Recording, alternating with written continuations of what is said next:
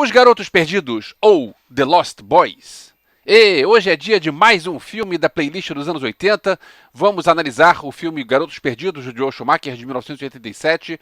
Eu vou pegar uns trechos do filme para comentar isso e vamos embarcar juntos nessa viagem aos anos 80. Vambora? Na minha humilde opinião, Os Garotos Perdidos é, ao lado de A Hora do Espanto, um dos mais icônicos filmes de vampiro dos anos 80. Aqui a gente tinha o exemplo perfeito do vampiro pop. Eles não eram os mocinhos do filme, eles eram os vilões, mas eles eram bonitos, bem vestidos, com penteados bacanas, estilosos. Muito cara dos anos 80 isso.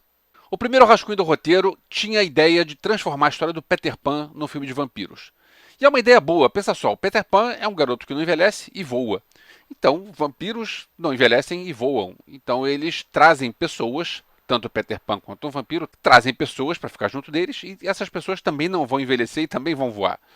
É um paralelo interessante. E daí vem o filme Os Garotos Perdidos, porque se a gente for lembrar da história do Peter Pan, aqueles garotos que andavam junto com ele eram os Garotos Perdidos. Inclusive, nessa versão do roteiro, o vampiro David se chamaria Peter. A Star seria um menino e os irmãos Frog iam ser lobinhos. Sim, lobinho é o antes de escoteiro. Iam ser lobinhos de 8 anos de idade. Quando o Joel Schumacher assumiu, ele pensou, eu quero fazer um filme mais sexy. Então, para isso, precisamos de vampiros mais velhos. Falecido no ano passado, Joel Schumacher ficou marcado negativamente pelos dois filmes do Batman que beiram o trash. Batman Eternamente, de 95, e Batman e Robin, de 97. Mas eu confesso que eu curtia o diretor na época dos Garotos Perdidos. Eu gosto do primeiro ano do Resto de Nossas Vidas, gosto de Linha Mortal, gosto do Um Dia de Fúria. Não tem como defender o Batman que ele fez. Mas eu acho que não é por causa disso que a filmografia inteira do cara vai ficar queimada. Inicialmente não ia ser o Joel Schumacher, ia ser o Richard Donner que ia dirigir. Mas ele acabou se afastando para dirigir o Máquina Mortífera, que saiu no mesmo ano. Se fosse o Richard Donner na direção, talvez os personagens fossem crianças. É só a gente lembrar de Goonies. Eu particularmente acho Garotos Perdidos um filme muito legal, mesmo revisto hoje em dia. Como eu falei antes, é um dos filmes mais icônicos de vampiro da década de 80, tem várias cenas marcantes, várias atuações marcantes, vários personagens marcantes. É claro, visto hoje em dia ele está datado, mas o que dos anos 80 visto hoje em dia não está datado? Mesmo assim, ainda defendo, é um bom filme. Vamos comentar o filme? Ah, é bom avisar. Aqui vai ter spoilers, né? Claro. Vamos ao filme. A curta sinopse do IMDb fala assim. Depois de se mudar para uma nova cidade, dois irmãos descobrem que a área é um refúgio para os vampiros. Os dois irmãos são Michael e Sam, que se mudam para Santa Carla, que seria uma cidade que tem um histórico de muita gente morrer, muita gente desaparecer. E aí depois a gente descobre que isso é por causa dos vampiros. Vocês sabem que eu gosto dos anos 80, né? Uma coisa que eu curto muito nesse filme é o visual dos personagens. Tanto dos personagens principais, quanto dos vampiros.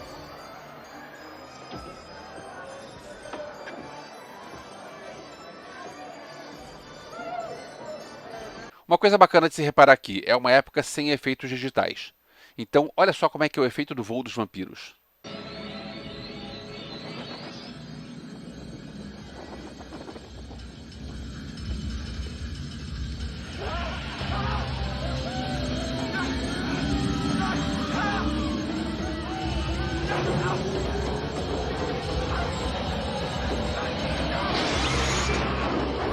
Também tem esse outro exemplo aqui. I heard something. Forget it.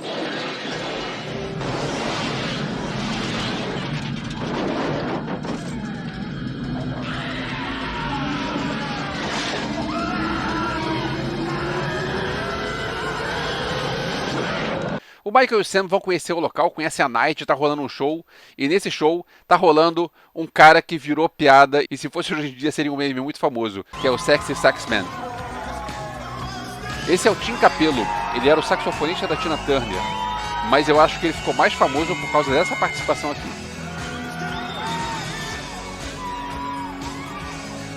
O Michael vai se interessar pela Star, que depois a gente descobre que ela está ligada aos vampiros. Enquanto isso, o Sam vai conhecer uma loja de quadrinhos onde ele conhece os irmãos Frog.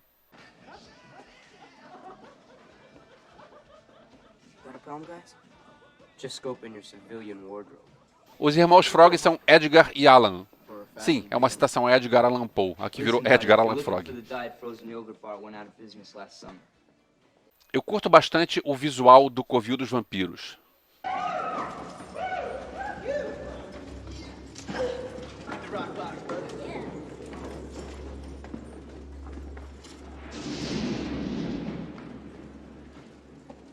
Not bad, huh? This was the hottest resort in Santa Carla about 80. E essa cena do desafio que os vampiros fazem pro Michael é muito legal. Come with us, Michael. Eles estão pendurados, você não sabe exatamente o que tem embaixo, essa névoa ficou muito bacana. O clima dessa cena é muito legal. Michael Emerson!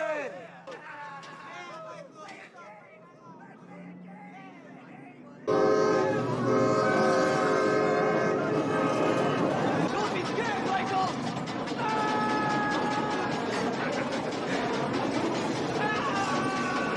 Michael, you're one of us! Let go! You are one of us, Michael! Ainda nos efeitos pré-CGI, a gente vê uma boa sacada pro Michael virando vampiro. Sam, I'm starting to get worried. Mom? Uh-oh. What's he doing? That's not Michael. Well, who's breathing like that? No, we should stay calm. Tem a cena do jantar. A cena do jantar, eu tenho um certo problema com ela, porque tem a história de ser muito exagerado em como vão testar o Max. Se o Max é um vampiro ou não.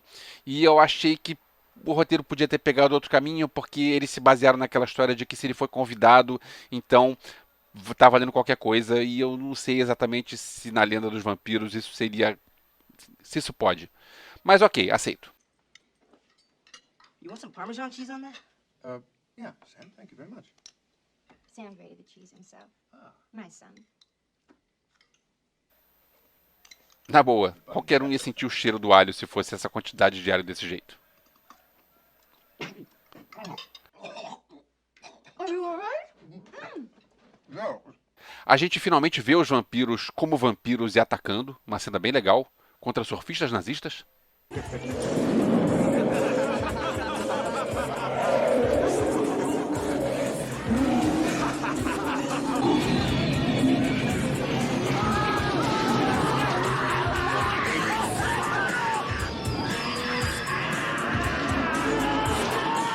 E aí a gente vê os vampiros sendo atacados. Uma coisa curiosa é a quantidade de sangue como purpurina que tinha.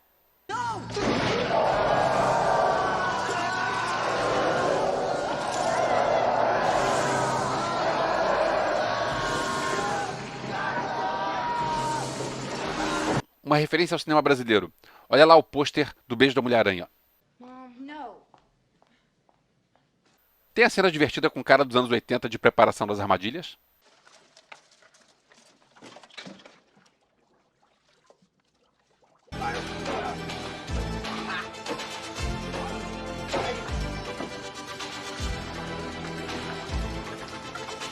Aí depois, sabe aquela história de um vampiro precisa ser convidado para entrar em casa? E aí, e se ele não for convidado, ele não pode entrar? E esquece, ignora essa regra.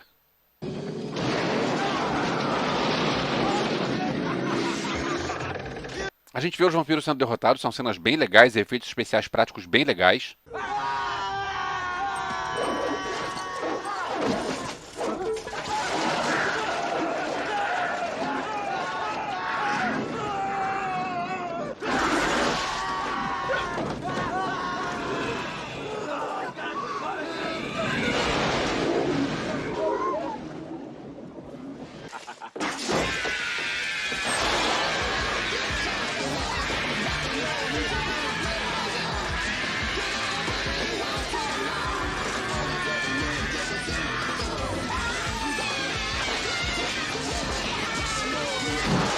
Quando o David é derrotado, eu tenho minhas dúvidas, porque o David é um vampiro há muito mais tempo e o Michael estava virando vampiro ainda, então eu não sei se ele teria poder para derrotar um cara mais forte do que ele, mas eu aceito porque é cinema e porque é filme assim, ok, a gente aceita.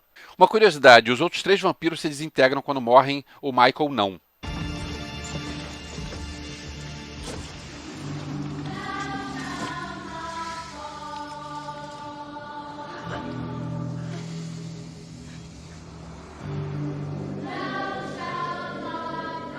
Claro, a gente tem que ter um plot twist. The blood-sucking Brady Bunch. I still want you, Lucy.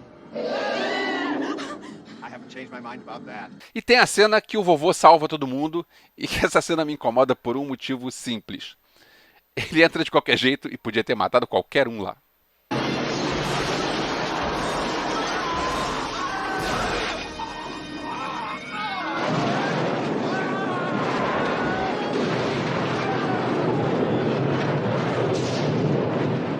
roteiro original, o filme não acabava aí, tinha mais uma cena que seria um gancho para uma continuação. Na época não era muito comum cena pós-créditos, mas se fosse hoje em dia, isso seria uma cena pós-créditos. Nessa cena extra, os vampiros que sobreviveram iam se encontrar no covil. Nem me lembro quais foram os vampiros que sobreviveram. Ia mostrar um painel do início do século com uma imagem do Max com o mesmo visual que ele tinha na época do filme. Eu acho que eu já vi essa ideia com Jack Nicholson, hein? Mas essa cena nem chegou a ser filmada. Existia uma previsão de uma continuação, The Lost Girls, que nunca foi filmado. Chegaram a fazer o roteiro, mas não filmaram. Na continuação de 2008, fica implícito que o vampiro Shane é criação do David. A continuação Lost Girls não foi feita, mas 2 décadas depois apareceram 2 continuações feitas direto para o mercado de home video. Lost Boys 2, The Tribe, de 2008, e Lost Boys 3, The Thirst, de 2010. Ambos com Corey Feldman e Edgar Frog. O terceiro filme deixa um gancho para um 4º filme, mas eu acho que desistiram dessa ideia. Vamos ao elenco? O protagonista, Michael, é vivido pelo Jason Patric. Esse foi o terceiro filme dele e acho que ele não teve uma carreira lá grandes coisas, não. Acho que talvez esse seja o filme mais importante dele. Ele estava em Sleepers e ele fez Velocidade Máxima 2. Corey Haim, que era o Sam, ele teve algum sucesso nos anos 80. Antes desse filme ele tinha feito A Hora do Lobisomem e A Inocência do Primeiro Amor. Pouco depois ele fez Sem Licença para Dirigir, junto com o outro Corey Feldman. Infelizmente, Corey Haim faleceu em 2010, aos 38 anos, de pneumonia. O Corey Feldman, o outro Corey, também teve algum sucesso nos anos 80. Ele fez Gremlins, Goonies, Conta Comigo. E esse Garotos Perdidos foi o início da parceria dos Coreys, que, segundo o Wikipedia, fizeram 9 filmes juntos. Nos anos 2000, eles chegaram a fazer o programa The Two Coreys, que era um reality show narrando a vida dos dois. A série estreou em julho de 2007 e teve 2 temporadas. James O'Neill Lander, o Alan Frog, teve uma carreira curiosa. Garotos Perdidos foi seu primeiro filme, depois ele fez A Bolha Assassina, e o terceiro filme dele foi Lost Boys 3, em 2010. O cara não investiu na carreira de ator. Kiefer Sutherland, que já tinha feito Conta Comigo com Corey Feldman, talvez tenha sido um dos que teve a carreira mais bem sucedida. Ele fez Jovens Pistoleiros, Questão de Honra, Linha Mortal, Os Três Mosqueteiros, Cidade das Sombras, e depois ainda virou Jack Bauer, estrelando 24 Horas, que é uma das melhores séries policiais que eu já vi. Dos outros 3 vampiros, o único nome a ser citado é o Alex Winter, que estava em Bill e Ted. Os outros 2 ninguém se importa. Falei do Kiefer Sutherland, mas acho que o maior nome do elenco era Diane West, que ganhou o Oscar de melhor atriz coadjuvante no mesmo ano de 87 por Hannah e Suas Irmãs. E ela ainda ganhou de novo esse mesmo Oscar de melhor atriz coadjuvante em 95 por Tiros na Broadway. O currículo dela é gigante, eu inclusive falei dela recentemente no Eu Me Importo. Ed Herman, que faz o Max, também tem um currículo enorme, incluindo filmes como A Rosa Púrpura do Cairo, Riquinho e a nova versão da Família Monstro. Por fim, queria fazer 2 comentários sobre a trilha sonora. A música Cry Little Sister, que toca várias vezes durante o filme, deve ser o único sucesso de Gerard McMahon, ou Gerard McMahon. McMahon tá no filme, mas McMahon tá no IMDb, não sei como é que é o nome dele. Boa música, mas One Hit Wonder. O outro comentário é sobre a versão de People Are Strange do Echo and the Bunnymen, que toca no filme. People Are Strange é do Doors, e teve uma coisa que sempre me incomodou na versão original do Doors.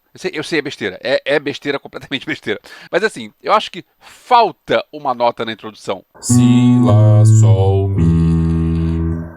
E eu sempre ouvia isso e pensava, pularam uma nota, pularam o Fá sustenido. E a versão do Echo and the Bunnymen tem o Fá sustenido. Si, lá, sol, fá sustenido, mi. People are strange when you're a stranger. Faces look ugly when you're alone. Women seem wicked when you're unwanted. Streets are uneven when you're down, when you're strange. Ok, chega, esse vídeo tá ficando grande demais, já tá ficando de noite, eu ia editar e postar hoje, nem vai dar tempo, eu vou ter que postar amanhã. Se você chegou até aqui, queria te agradecer. Queria dizer que fazer esses vídeos é mais difícil do que fazer os vídeos que eu posto no dia a dia, mas são compensadores, eu gosto de pesquisar sobre o filme, eu gosto de falar mais, então assim, vou fazer mais. Eu já tenho um próximo filme para falar nessa playlist dos anos 80, mas eu aceito sugestões pro que vai vir depois desse. Tá? Se você tiver alguma sugestão, algum filme que você queira falar dos anos 80, manda aqui embaixo que de repente eu pego sua sugestão. Claro, lembrando das coisas óbvias, se você ainda não é inscrito, se inscreve. Se você gostou desse conteúdo, compartilha entre seus amigos. E se você concorda com as minhas ideias sobre Lost Boys ou não, manda seu comentário aqui que a gente troca uma ideia. Então é isso, valeu!